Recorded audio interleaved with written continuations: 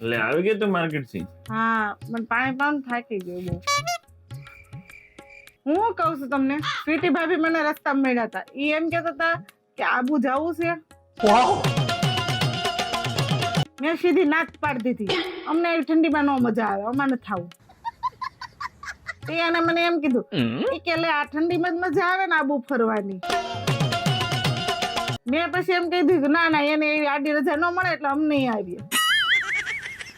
એ એમ કે છે અમે તો ઉત્તરાયણમાં જવાનું નક્કી કરીએ છીએ, ત્યારે ક્યાં તમારે રજા લેવાને આવે છે? હિરેનજીને પૂછી તો જો, ઈ આવશે જ તે એમ.